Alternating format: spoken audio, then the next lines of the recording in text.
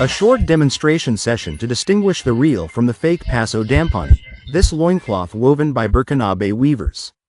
Here at the Marché de Bascular in Ouagadougou, this caravan from the Association Éduqué pour développer l'éveil des consciences EDEC.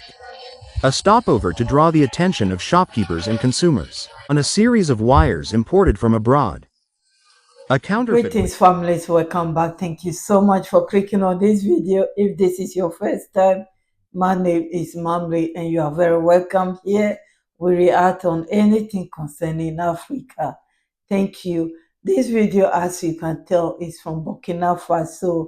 The man you saw is campaigning for Burkinabes to be wearing their own African native clothes.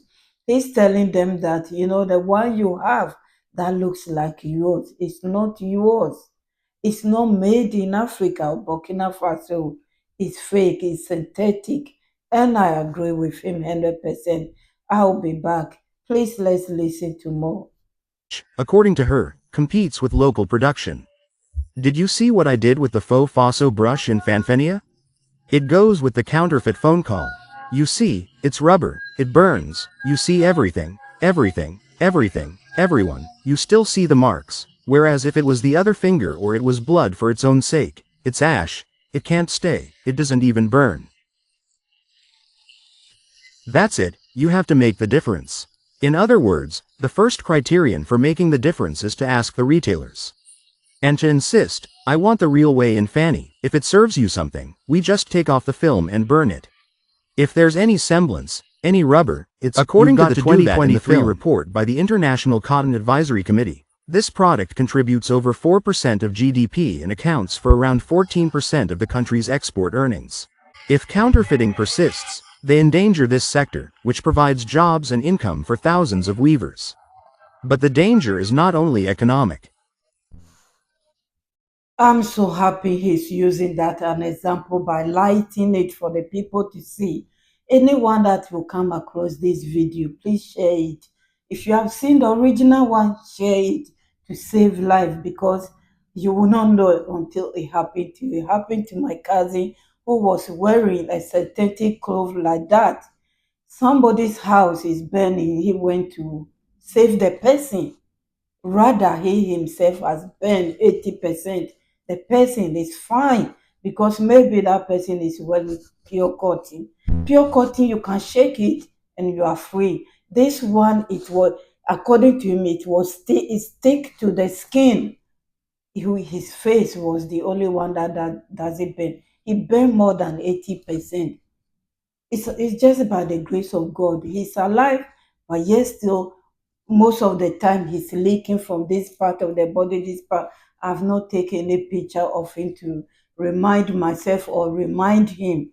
I refrain from doing that. But sometimes you see him in some of my videos, you see his skin, he cannot move his fingers properly. That's how much it has affected him. So people will be looking at him and will say, oh, but the local one is expensive. It's expensive because it's made of pure cotton and labor. Look at how they are weaving it. It takes days and months sometimes, some of them. It takes skills to do that. Whereby the Chinese ones, it's just machine. They pass it through machine and it's done. And it's cheap as well. So we should be very careful. PLO Lumumba said when they use their clothes, they dump it on us. Another thing is they use clothes that they send to Africa and other parts of the world. You don't know where it has been, but people still buy. Anyway, please let's listen to more. I will not drag this video. Thank you for your time. Everyone knows that when Burkina Faso is elsewhere, and it's first and foremost the flag and the art of dress, it's the infamy Faso with the Japanese hat that's unique in its kind or in the world of counterfeit yarn. You saw it, it burns my finger. If you wear this easy to make fake, it can't help but heat up your body. That wearing the Faso of the future, it's heavy, there's heat there, it's the fake way of it Fanny, if it's the real thing, it absorbs. No one can contradict us that when you have skin-related diseases in the dermatologists, even generally advised to wear 100% cotton. The caravan will also visit several other markets in Ouagadougou, including the DCIA and Roduco markets for the association. The government is expected to step up the pace with its policy to protect Burkina cotton yarn. He's doing a great job by spreading the word because not everyone think about it that way. So yes, it is good. It will save the country a lot of money. It will give people job and put money into their pocket. He's doing the right thing and on the right track. I support him 100%. Seeing is believing. The government also said or promised they are building a factory. The factory has started already. They will be using their own cotton to produce anything, even the army uniform. So yeah, very soon, those who cannot afford the hand one, they can be able to buy the factory one from the country. It's the same. It's win-win situation for everyone. I will end this video here, but I'm going to add another video to this one. You know, recently there are food inspectors around the country in Burkina Faso. They have been intercepting some expiring food in the country. Yes, they have a factory or they have a laboratory, sorry. They have a laboratory that they have been testing this food. They want to renovate it. So they went to inspect it and see how it is working and what is going on there. Please watch this video or listen to it and I'll be back. Thank you for your time. Minister in charge of trade on the premises of the agency's laboratory, which only had metrology and quality standardization AB norm, say share. Serge Podat, accompanied by the agency's directors, visits section after section, with explanations to back it up. Here, the system lives up to the expectations of the transitional government. From the metrology lab, from temperature to product quality, verification and certification, the department's top executive is pleased with the work carried out at this facility. In any case, the tour we did gave us great comfort, because we realized that we have a laboratory that is highly regarded in the sub-region, with state-of-the-art quality equipment. Despite modest resources, we therefore took the opportunity to congratulate the staff and offer advice to ensure that this public service mission continues to run smoothly. With much more insistence, Abbé Norm carries out a very delicate task, largely related to the health of Burkinabe consumers. This is another serious part of the country. I mean, it deals with the health of the people. If they don't have that, how can they taste the food? How can they know whether the food is healthy or not? They are on the right track because everything that is good for the people, they think of it and they are working on it. I love these people. I don't know why. I love them because I've seen a lot of expiring food in some countries. I'm not mentioning names. And people are buying them and people are eating them.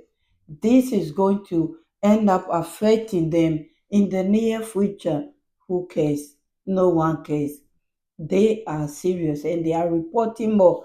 What I show on this channel is small. Recently, I saw another one that is going on. There, not only that, they are educating the shop owners as well, telling them you should read it before you put it on the shelf.